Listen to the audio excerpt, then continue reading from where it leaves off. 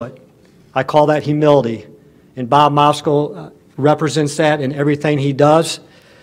Bob Motzko is about recruiting. I learned a long time ago, you're a successful coach if you can get the top young men to come to your program and compete for you in hockey or any sport, and he has a phenomenal reputation with recruiting. And also he's about relationships. When I talk to a lot of our hockey alum, when I talk to people who I trust, the one name that came up every time I asked about who should be the next head coach at Minnesota, it was Bob Motzko, because he's about recruiting, he's about relationships, and most importantly, he understands what Minnesota hockey is. He grew up here, he was a part of this program, and he knows what he's taking on. So please join me in welcoming our next head coach, Bob Motzko.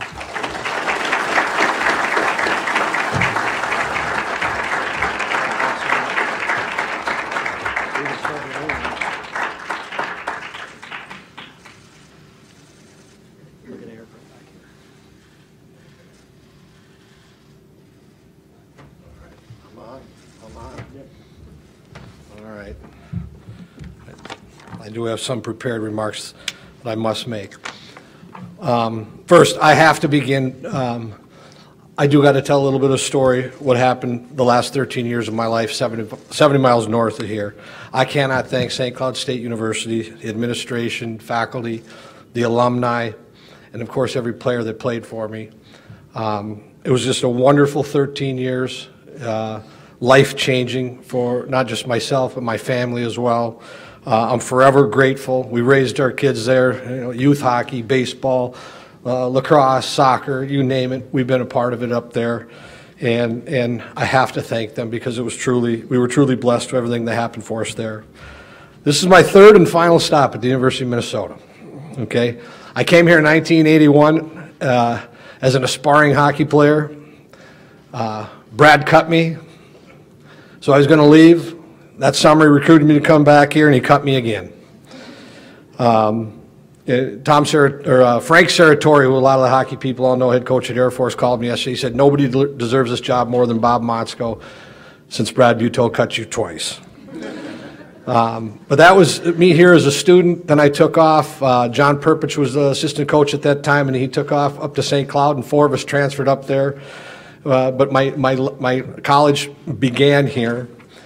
Then in 2002, Don Lucia had me come back a second time as assistant coach. And a pretty magical time to be here at that time with the success that we'd had.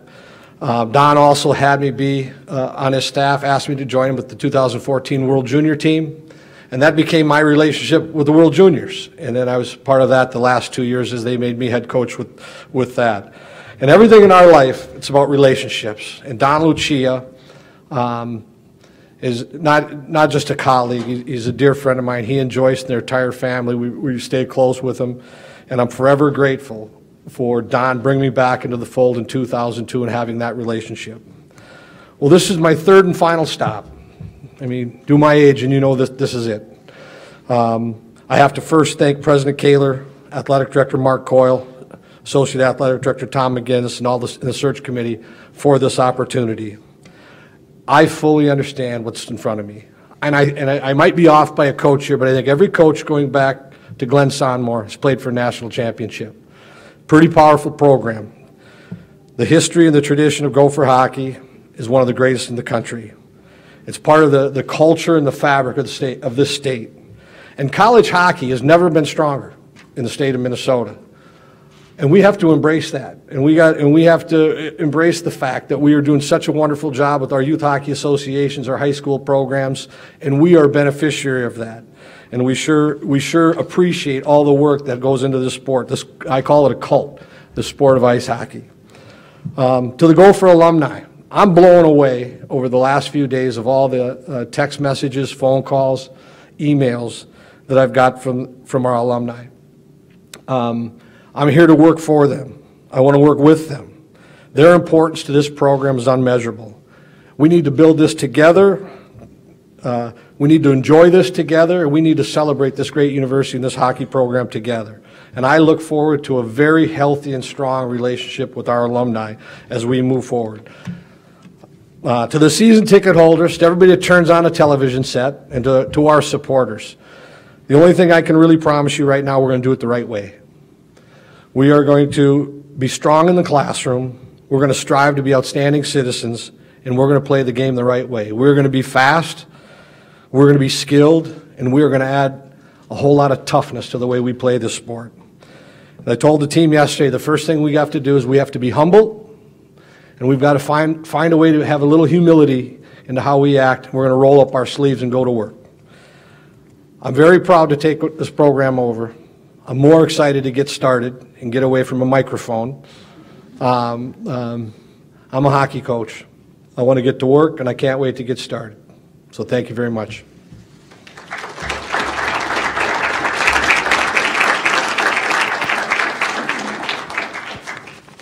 I do okay? Just ask my boys. Bob, Jess Myers, 1500 ESPN. You once told me with all the other coaches you worked under, you were a pretty accomplished thief in stealing their ideas. Yeah. What did you lift from Don Lucia, and what do you hope to replicate in this job? Can I go off? I'm going to go on a tangent with you. I've had this weird relationship with the University of Minnesota coaches. You know, they cut me twice, but I'll go back to, okay, I played for Herb, or I worked with Herb Brooks, and then Danny's here, and I appreciate our relationship that we formed with the Brooks family. Don Lucia hired me. When I was a young coach, one of the biggest influences in my young coaching was Doug Woog, and Doug's here. And I was just telling him the story. I don't even think if he remembers this young guy that would come after him, but high school hockey plays on Tuesday, Thursday nights. I coached the North Iowa Huskies down in the USHL. I would drive up here to go to high school games. We'd practice in the morning, and I would watch Gopher hockey practices to get drills. And he crawled up in the stands, because he'd see me there like every week. And with his skates, he'd crawl up into the stands, and if everyone knows Wooger, you know, who are you, young fella? What are you doing? And then he'd start to explain drills to me. And then over the time, I mean, I have hundreds of napkins at the time of drills and how you play this game. And then when I came to work here, you know, I got to know Glenn Sonmore so well at that time. And Doug, I mean, countless hours of talking hockey. And I really, not a fan of microphones and getting in front. If you really want to talk hockey with me alone, that's what I strive to do. And then John Perpich left here and went to St. Cloud, and I played for John for 2 years.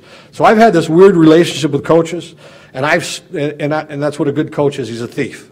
And I have stolen so much from everybody that I've worked with and for. And you know, you asked specifically about Don, and we're both good thieves, I can tell you that, and what we want to steal and what we want to be. But more important, you know, you become so close in this business with the people you work with, and I cherish our friendship the most. Thank you. Are there any more questions? Coach Shagraff with The Athletic. You're a St. Cloud State alum. You built that program into, you know, the #1 team in the country entering the NCAA tournament. Why, with everything you've done there, leave that program for here? I hope this comes out right. When you're a coach, this might be for anybody that's in careers. You know, when you're a young coach, every spring you're dusting off your resume and you're looking at jobs. And I got to a point the last handful of years where I wasn't a young coach anymore, and I was done. I was done looking. But I always thought I had one more move in me. I thought there was one spot. But then as each year would go by, you know, I'm not moving to the state of Michigan. I'm not, you know, you're raising your kids. There's really only one job but it's never going to come to me. And this came fast. You know, we lost Friday night. Today's Thursday. And I've had a long relationship with this university. But even more important, I'm from the state. I played high school hockey here, played college, tried to play college hockey at 2 universities, played at 1. This was a job that, you know, you only get one kick at the can, and it was there. I'd spent 13 years there. And I wanted it, and you know, I looked at my family, and it's hard. I got 2. You know, my daughter. I feel bad for my daughter. She's a freshman here at the University of Minnesota. She moved away from home. So, sorry, honey, we're coming. And then the 2 boys, they're entrenched in there. But this was this is an outstanding opportunity. And there it is. So, I mean, I don't have magical words. I'm excited to be here. And my heart was, you know, you put your heart into it. And that's the biggest thing I said in the interview process. You know, I told this to my players. Maybe this is a better way to put it. I said, you know, all these years, you all leave me. And it hurts when they leave. And now they're signing early. I go, for the first time, I'm leaving you. But they're going to be fine. And that program's in a great spot. And I have a new challenge. And it's time to get to work here. Randy Johnson, Star Tribune. Growing up in Austin, what got you into hockey and what eventually got you into coaching?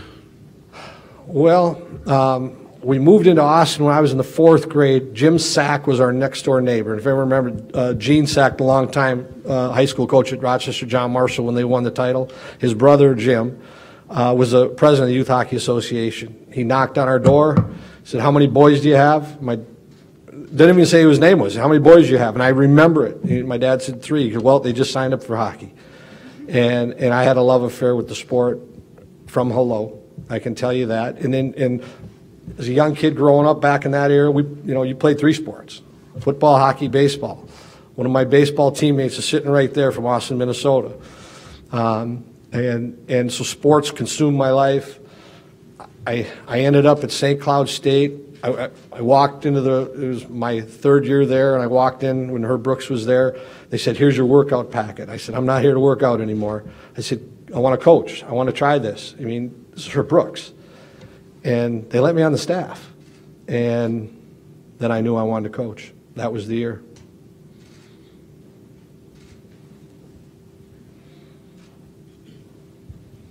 Hey, Bob. David McCoy from WCCO TV. The last time you were here, the landscape of college hockey was quite a bit different conferences, things like that. Do you feel that changes the job any different than the last time you were here? Is it a different job in any way now than it was when you were last year? Job's not different. It's tougher now because of college hockey. I mean, this is, you know, expectations, we know what they are. But, there's monster resources now going into universities. You know, we went through it at Duluth, built a new building. Bemidji built a new building. Mankato did their upgrade. We did our upgrade. That's just here in the state. Our state, the state of hockey, college hockey right now couldn't be stronger. And look at the dynamic change that we've gone through. We're in a new conference, and I know that's a subject that has been hotly contested at times in this area. And maybe now we're 3 Big Ten teams in the Frozen Four a week from now. You're starting to see, and the growth. Penn State adds hockey. There's talk of, Arizona State added hockey.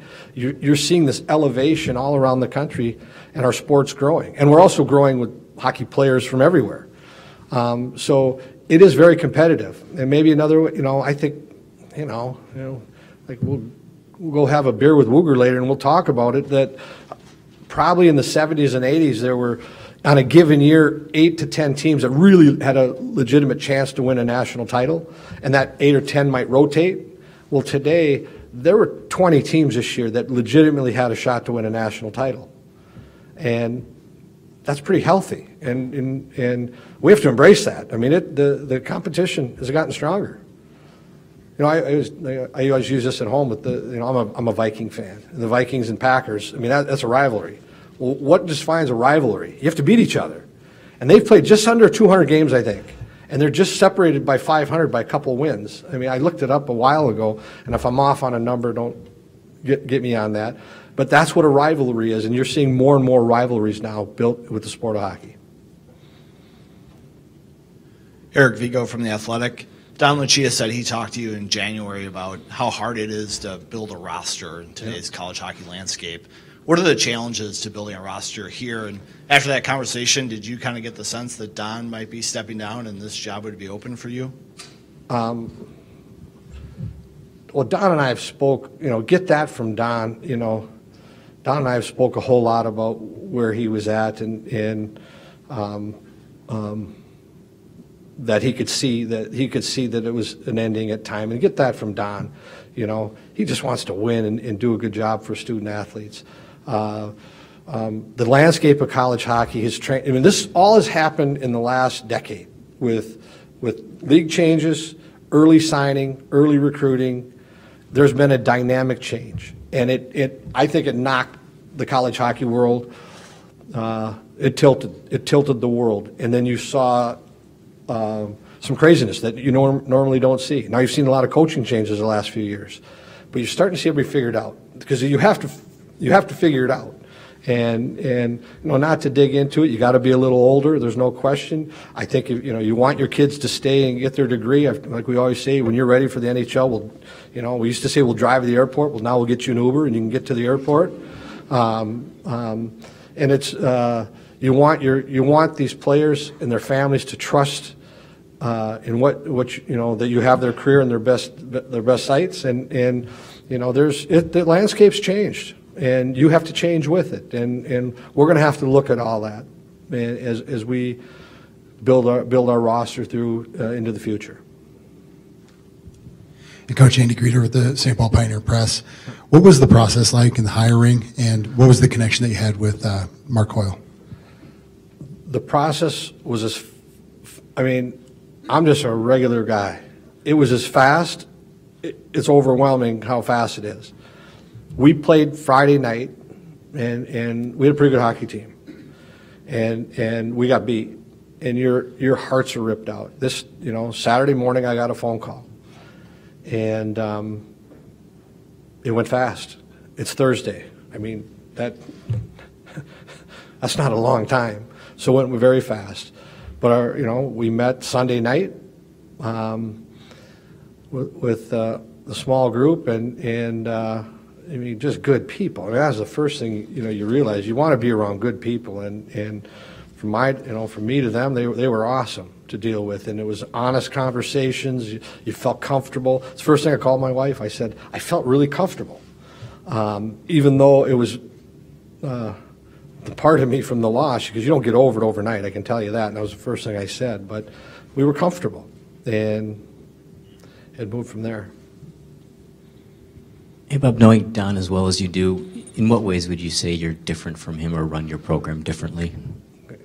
And I'm going to back up one. And I really like Mark. Now he hired me. So let me add, I better throw that in. Thanks, Mark. How are we different?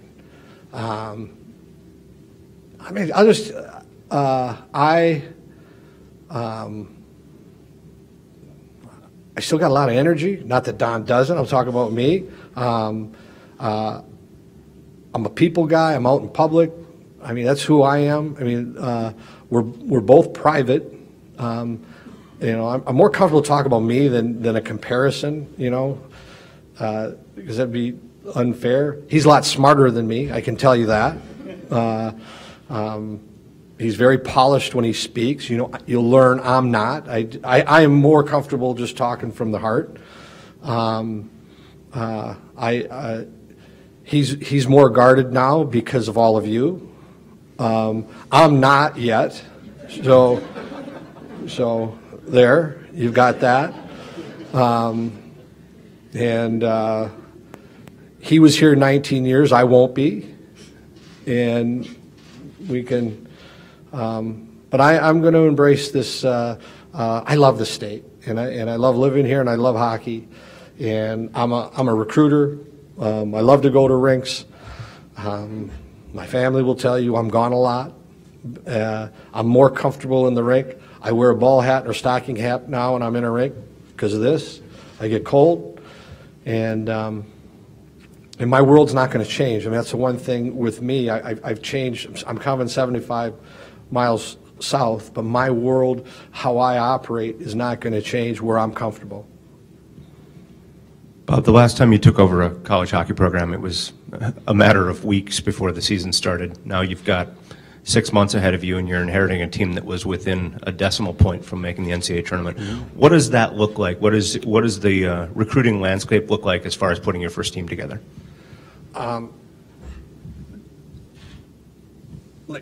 Right now, Jess, there's no difference because when I took over the job, I didn't know what was there. We had played them in the playoffs the year before, but you don't know what's under the hood, and we played them this year, but I don't know what's under the hood. That takes a little time to get used to, and I have a little time, obviously and we still have to add a couple hockey players. I mean, you just do the math and look at the numbers. We had 2 players leave in the last week, or at least last 10 days. So we've got to add some players. I've learned one thing over one time in a lot of these coaching changes, and Don Lucia and Gens and Scotty, and then Grant was here. They know what they're doing. There's going to be some very, there's health here. I remember when Grant took over at Northern Michigan, and he was complaining, with me because I coached Grant. Grant was on my staff at the World Juniors. I said, they're going to be way better than you think. And that's usually what happens, is these are players that want to get after and want to play. We're going to be all right. I just don't know the pieces yet, and that's what we're going to take our time to do. Hey, Coach. Andy York with the Daily Gopher. Obviously, you said things have been coming fast and furious. Have you had any time to talk to any potential assistant coaching candidates, and do you have a timetable for when you hope to fill out your staff? No. And I have, this is it. I worked with Mike for 4 years here, and Scott, and I haven't even had time to sit down with them and chat. It's just been text message and a phone call. I need some time, and they need time. I mean, that has to be. When you're, I met the alumni a little bit ago, and what we have to have is when I come to work, and I told the alumni, if your son's playing for me and that season's over, they have to come home and say, Mom, Dad, was awesome. And we need that comfort level, and we all have to get to know each other and find out where it's at. I think that you get with me too. I'm not young. I'm not old, but I'm not young, and we have time. I got a lot of patience right now, and I want to get in, lift the hood, start looking at everything, form relationships, and see where this is at. But when we start the season, I want to be so comfortable with that we're comfortable and that we have something strong to deliver to those student athletes. Further questions, guys? All right. Appreciate the time. Thanks so much. Thank you.